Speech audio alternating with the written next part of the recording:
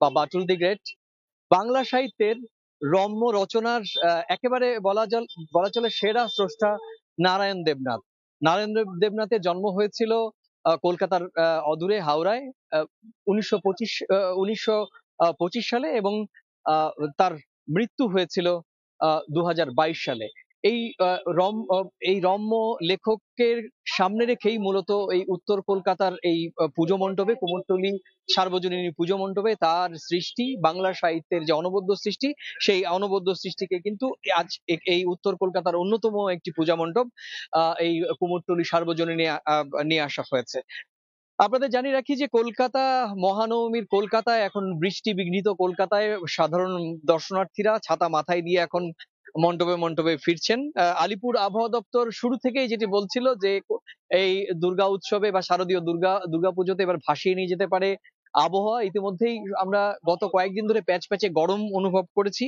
গতকালকেও আমরা দেখেছি যে কোথাও কোথাও হালকা পাতলা, হালকা এবং মাঝারি ধরনের বৃষ্টি হয়েছে, কিন্তু আজকে দুপুরের পর থেকে কিন্তু কলকাতার বিভিন্ন এলাকা থেকে গুড়ি গুড়ি বা কোথাও মুষলধারে বৃষ্টি এবং সঙ্গে বজ্রপাতের খবর কিন্তু আলিপুর আবহাওয়া দপ্তর থেকে দেওয়া হয়েছে। এবং একই সঙ্গে আমি যে উত্তর কলকাতায় কুমোরটুলি সার্বজনীন পুজো মণ্ডপের সামনে রয়েছি, ঠিক করছে দর্শনের ঠিক করছে, মাথা নেই, সব ছাতা রয়েছেন, কিন্তু অসংখ্য দর্শনার্থীরা এই গুড়ি গুড়ি বৃষ্টি উপেক্ষা করে কিন্তু মণ্ডপের দিকে তাদের সবারই লক্ষ্য যে মণ্ডপের দিকে যাবে। আপনি জানেন যে আজকে মহানবমীর যে ধর্মীয় রীতি আনুষ্ঠানিকতা, সকালবেলা মহানবমীর পুজো পাঠ, তারপর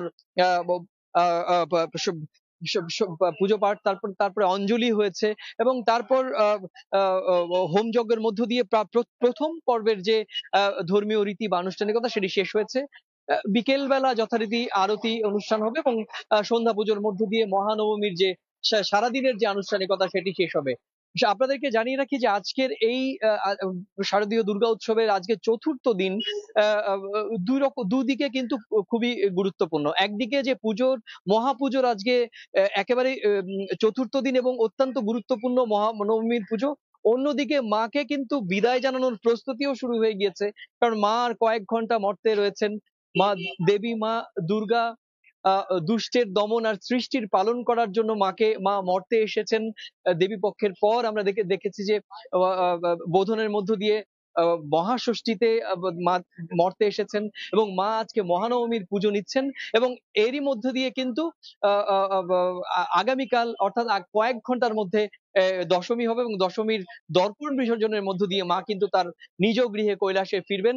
সে কারণে সনাতন ধর্মাবলম্বী বাঙালিরা কিন্তু একদিকে এই তাদের শারদ উৎসবের চূড়ান্ত পর্বে মহানবমীর আনন্দ তারা নিংড়ে নিচ্ছেন, অন্যদিকে কোথাও বেদনা বিধুর সুর এবং মুখচ্ছবিও দেখা যাচ্ছে বাঙালি হিন্দু ধর্মাবলম্বীদের। কারণ মা তো আর কয়েক ঘন্টা রয়েছেন, তারপরে মাকে তো ফিরে যেতে হবে তার স্বামী গৃহে, নিজ গৃহে। তো সব মিলিয়ে এই বৃষ্টি বিঘ্নিত মহানবমীর বিকেলে থেমে নেই দর্শনার্থীদের ভিড়, সবারই গন্তব্য নির্দিষ্ট বাকেট লিস্টে থাকা মণ্ডপগুলোতে। এবং আমি যেখানটা দাঁড়িয়ে রয়েছি উত্তর কলকাতার এই কুমোরটুলি সার্বজনীন এই পুজো মণ্ডপে, এখানেও কিন্তু একই রকম ভাবে বৃষ্টিকে মাথায় নিয়ে কিন্তু লাখো লাখো মানুষ এই মণ্ডপের মধ্যে প্রবেশ করছেন দেবী দর্শন করার জন্য। তো এই ছিল আমার কাছে মহানবমীর এই বিকেলে আমার কাছে থাকা শারদীয় দুর্গা উৎসব সম্পর্কে আমার কাছে থাকা সবশেষ তথ্য।